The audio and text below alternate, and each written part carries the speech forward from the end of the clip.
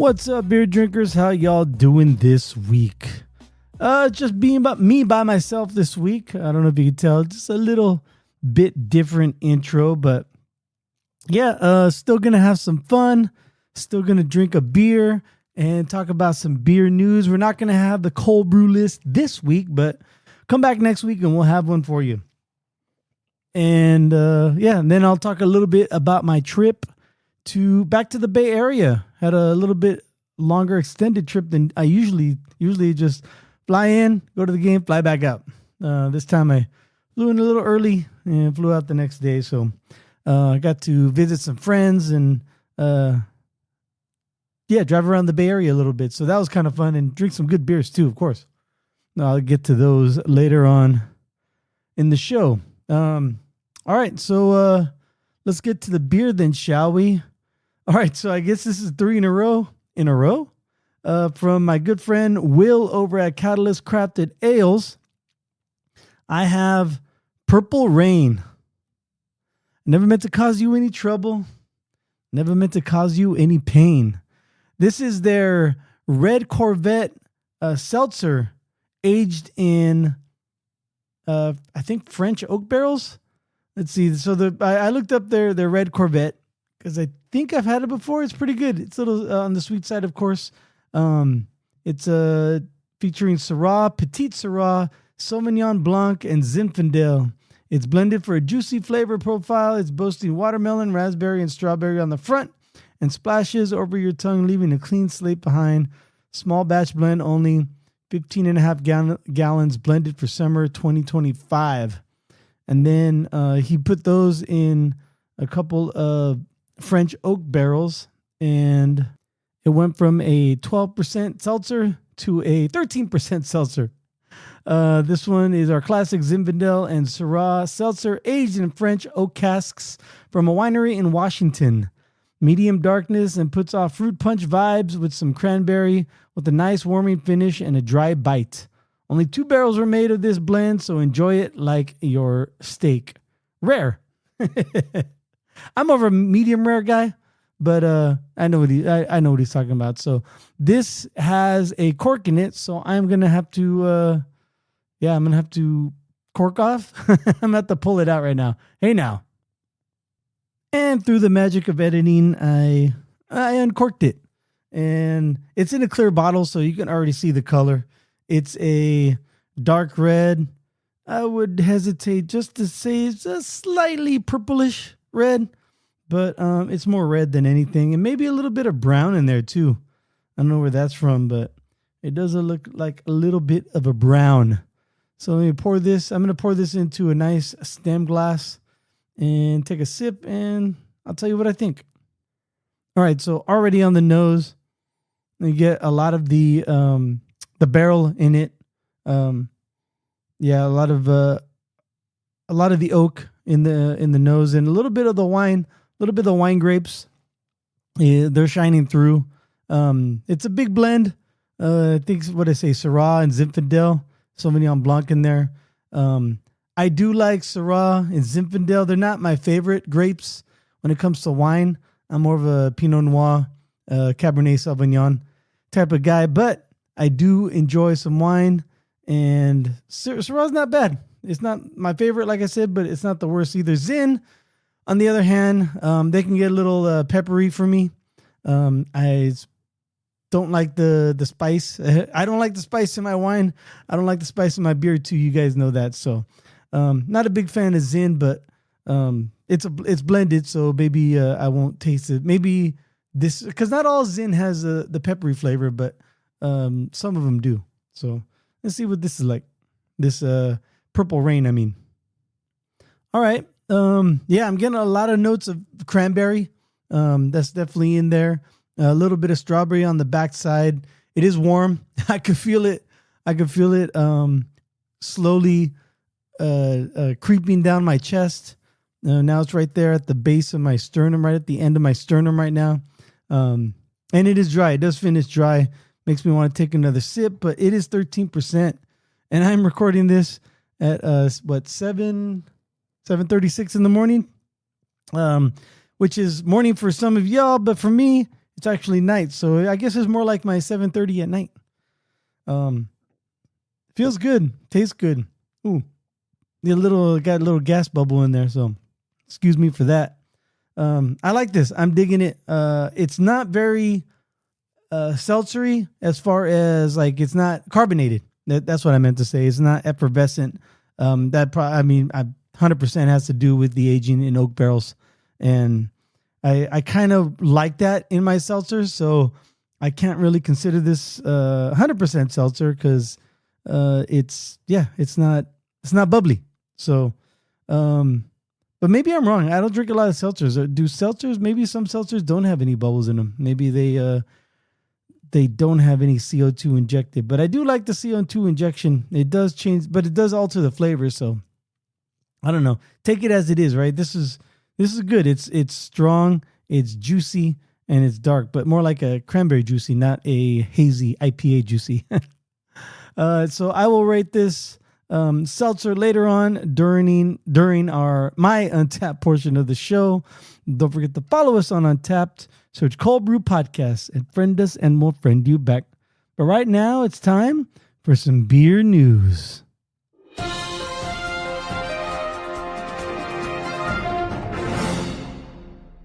All right, so this story that I want to talk about comes to us from the failing Forbes magazine, all nine. The headline reads, Charlie Sheen on the launch of Wild AF, his new alcohol-free beer. After a 7-year-long hiatus, Charlie Sheen is back in the public eye. And as with anything involving the 4-time Emmy Award-nominated actor and legendary libertine, when he commits to something, he really commits. His reemergence this month is marked by 3 separate projects: a hit Netflix documentary, a raw and revealing memoir entitled The Book of Sheen, excuse me, and now his own line of beer, Wild AF. Non-alcoholic beer, that is, while Sheen's passionate nature remains wholly intact in his next chapter of life, his sobriety also plays a pivotal role in the reboot. I'm not calling it a comeback, I'm calling it a reset, he tells Forbes. To wit, Sheen's been off the bottle for almost 8 years, and so the AF in the name of this new canned product stands for alcohol-free, naturally. The wild part is in reference to one of his most iconic roles in the hit baseball comedy Major League. Oh man, I love that movie. That's such a great movie. To bring the liquid to can, Sheen enlisted the help of beverage industry all-star Ryan Perry, as well as Todd Christopher, an entertainment executive and entrepreneur. Teaming up over 2 years, the 3 co-founders went to work on developing a recipe. They partnered with Harpoon Brewery, a legend in its own field with nearly 40 years of craft bona fides. The lightly hoppy expression takes its flavor cues from a golden-style ale. It flaunts tropical citrus aromas and a crisp, snappy finish characterized by subtly caramelized malt. To achieve this result, Harpoon administers a proprietary process that allows for full fermentation while simultaneously preventing advanced alcohol formation. It results in a vibrant hop and malt character while capping the ABV at under 0.5%. Each can holds 68 calories and is expected to retail at $14 per 6-pack. Though it won't hit shelves until early 2026, Sheen officially launched Wild AF with a YouTube ad late last week. It riffs on cinematic trope of the MacGuffin. As you wait to get your hands on the case, you can whet your appetite with exclusive details on how it all came together with an exclusive Q&A with the actor. But the introspective superstar shines much more than mere tasting notes. When it comes to all aspects of his life these days, fittingly, Sheen is an open book. So down below, there's a transcript of the interview with Charlie Sheen that Forbes had. So if you want to check it out, go to Forbes.com and type in Charlie Sheen Wild AF and you'll see the article. It's pretty good. It's a good little back and forth, but good for Sheen. I'm glad he got sober. I know he went through man, I guess a rough 50 years of his life. And it's pretty wild. I'm glad he came out on the positive side. He is a little eccentric, little hard to take for some people, a little hard to digest. But he is very entertaining and very open and forthcoming. And I wish him the best. This is a hard endeavor to go into the beer scene, but he seems to have a good team behind him.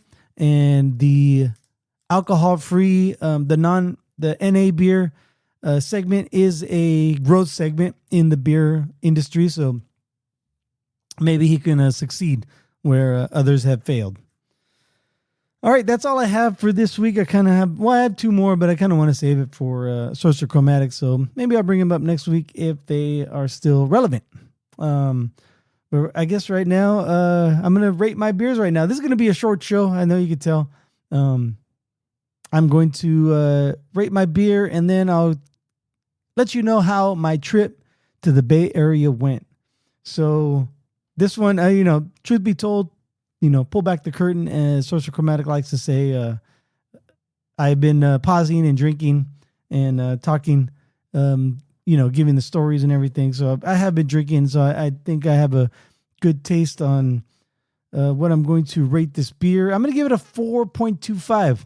I mean, how many other barrel-aged seltzers have you had? Me? None. And this is pretty good.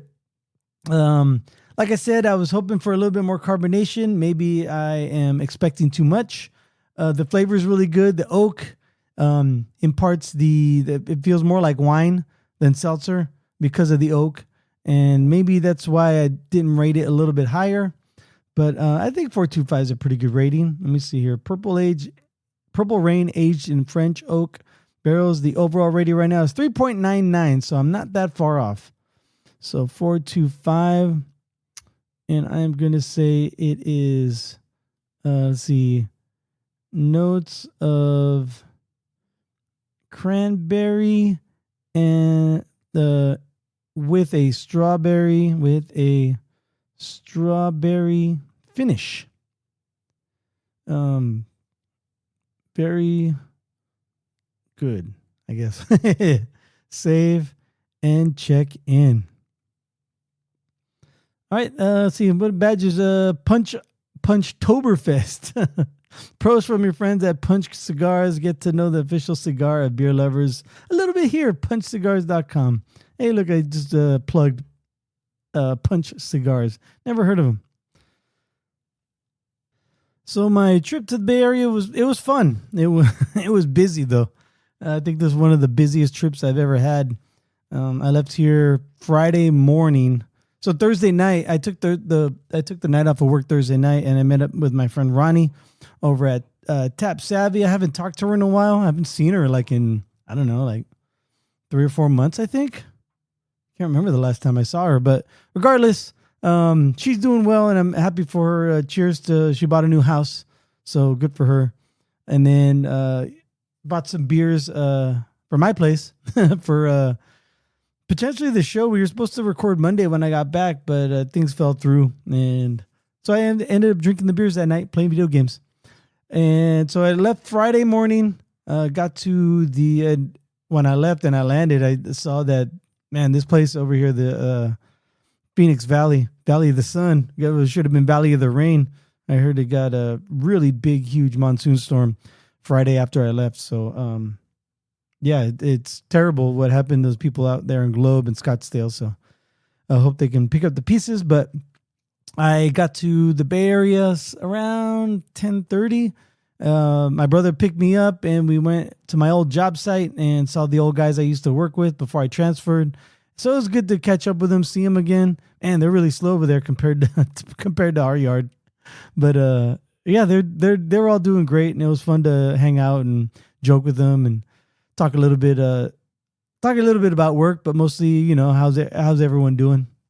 And then after that, we went over to We went over to Levi's Stadium and went to the 49ers store, and haven't been there in ages. So it was fun to shop through, and I bought stuff for my family back here, and bought something for myself. And then after that, we went to Total Wine to buy beer for the game. So we bought some beer for there, and we were going up and down the aisles, and Social Chromatic was like, "Oh, look, this Oktoberfest is out," and this. So I'm like, "Yeah, let's get those," because they're smaller beers as far as ABV wise. They're lower beers, so I was like, "Yeah, let's get those. That way, we don't get too messed up." I was looking at the double IPAs and and the barrel aged stuff. I'm like, "Yeah, it's good enough." The Oktoberfest should do nicely. And he's like, "Well, let's go check out the refrigerated section." So we go in there and lined up right when you walk in the refrigerated section at Total Wine in Santa Clara. I think it's Santa Clara. Is it San Jose? I forget the borders around there. It's pretty close to the borders. Anyway, they had Russian River. So they had like Blind Pig. They had Pliny the Elder. So I grabbed each of those. They had a hazy called Mind Circus. So I grabbed that. And I got a supplication, which is I think it's a Saison style. Yeah, it's a beautiful beer. So I ended up getting those 4. And those weren't for the game. Those are for me. And so then after that, we went back to my brother's house. And then we went to my parents' house. Wait, did we go? No. We didn't go to we went to my parents' house real quick to drop off the beers so my dad could put them in the cooler to take them to the game in his truck. And we ended up going back to my brother's house, and then he dropped me off at my old friend, one of my oldest friends that I used to go to elementary school with. He worked not too far away, so he dropped me off there. And then we drove up to our mutual friend's house. Another guy, he's also one of my oldest friends. We all started. We all met like in 4th grade. I was at Catholic school from kindergarten through 3rd, and my parents pulled me out and put me in public school, and that's where I met those 2 guys. And so we've been friends ever since we were 9, 10 years old, something like that. So we've been friends forever. And now with texting and everything, we can always stay in touch, because I'm not on Facebook. I don't know if they are. They might be.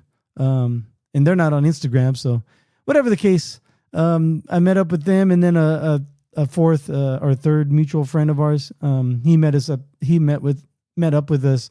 We started hanging out with him later on after high school. We all worked together, and yeah, so it was 4 of us, had some barbecue, had some little sad news. My friend who lives up there in Danville, the guy who hosted, known him since maybe even before 4th grade, because we used to play Little League together. I found out, he told us that he developed Parkinson's, and he's had it for like about a year or 2 now. I forgot exactly. I was just floored. I couldn't believe when he told me that. But yeah, his hand was shaking, throughout the night. But he said he's got the lower grade. I guess there's 2 different kinds right now, and he's got the not so severe one, I should say. And he's taking meds to replace his dopamine. And he says exercise really helps with the shaking. So he exercises a lot. He's got a treadmill, and he's got weights. So he says he's constantly exercising. So he's in great shape, to be honest. And he's really good with the barbecue. And he smoked some ribs, some beef ribs and some baby back ribs. And man, those beef ribs were fucking tremendous. Those are my favorite. Baby backs were good. He put a lot of sauce on them. He was trying different sauces, he said, and they were good. I'm not a big sauce guy. I like the baby back ribs. I like all my ribs dry, and put some sauce on the side, and I'll dip. Put my hand up on your hip. So that was excellent. And then we had a bunch of beers, even some Russian River. And yeah, so we were just, there was some whiskey there, but I knew not to drink any whiskey, because, I was feeling the beer. So the whiskey would have put me over the edge, and I would have been totally, drunk and probably falling down. I didn't drive. My friend drove, so that was good. He ended up driving me to my brother's house afterwards. So it was good to catch up with them and all the old inside jokes and all the stuff we did when we were in elementary school and high school. I mean, not everything, but some of the old laughable stuff. And they went to our 30th high school reunion. I did, and I did not. So I asked them how that went, and how's it going, and how different people. I didn't want to dwell on that too much because the rest of the time we were just talking about our kids.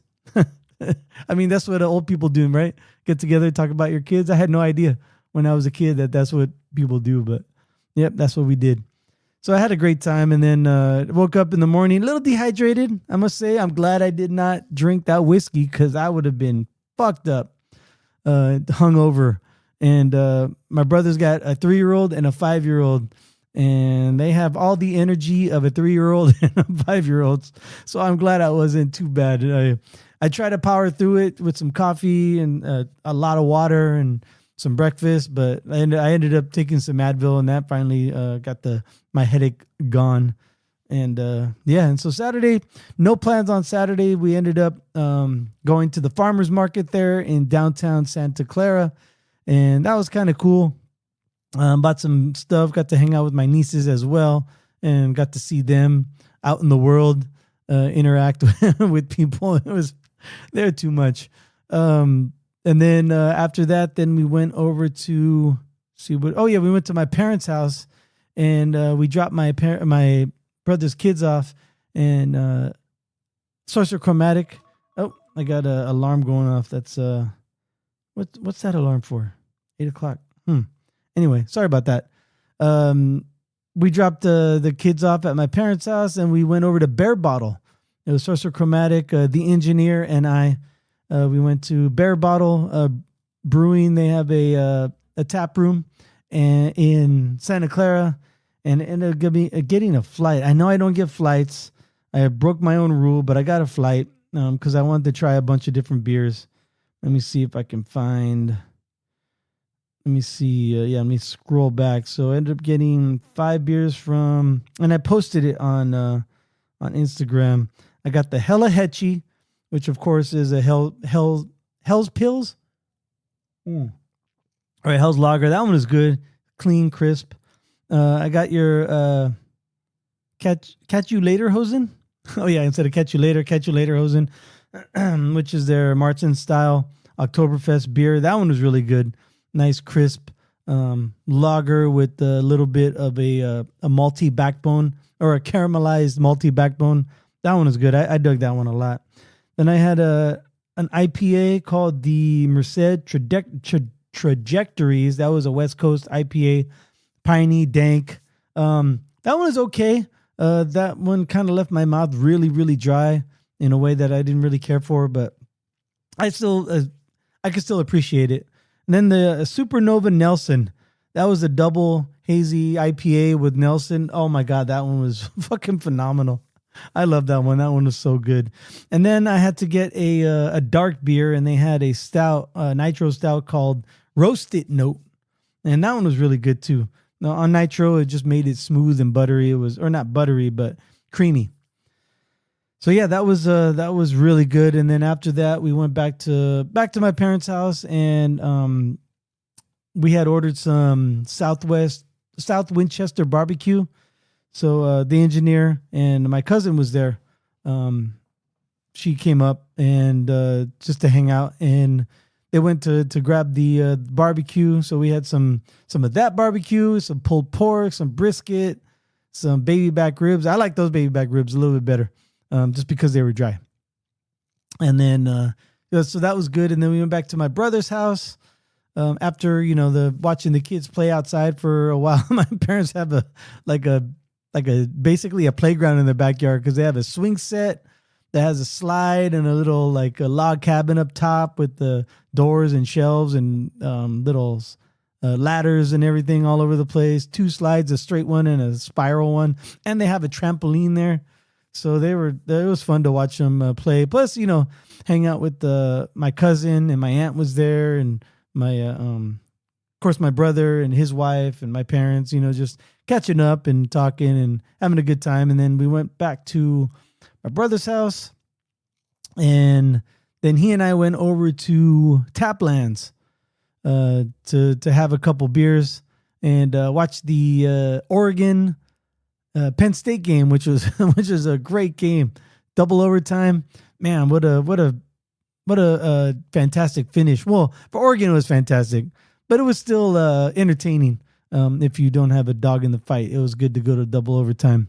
And Faust came out. Our good friend Fausty Walnuts from Lingus Mafia, he came out and hung out. And I talk to him every week, so not like we don't talk to each other, but I got to ask him more about his kid, and he was basically talking about kids. And that's because that's what kind of what parents do, right? Not comparing, but just seeing what they're into. I'm just interested because he has a 10-year-old son, and I don't have any sons.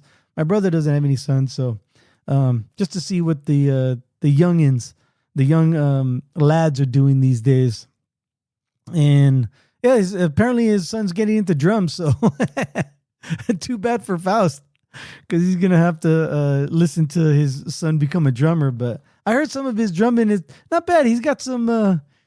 He's got a little sense of rhythm. He just needs a lot of practice, or not a lot of practice. He just needs practice, just like anyone, So yeah, good luck to him. Maybe you become a famous drummer one of these days. If not, at least have some fun. Maybe join the high school band as a drummer. That'd be great. So got to see him. Oh yeah, and I forgot that Friday we actually had a chance to stop by Taplands real quick because we were looking for a place to eat for lunch because I hadn't eaten since like breakfast before I left the house, and so we ended up going there and having a couple beers and having some finger foods there.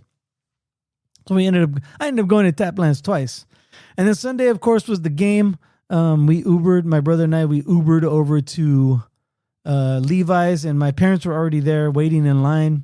They have the early entry ticket, but you got to get there early if you really want to get the spots you want. So they don't mind getting up early and sitting in traffic. And they read it's funny because when we first started tailgating at Levi's, my parents would take the newspaper and they'd be reading, but they still read the newspaper, but it's on their phone now. So I was watching them.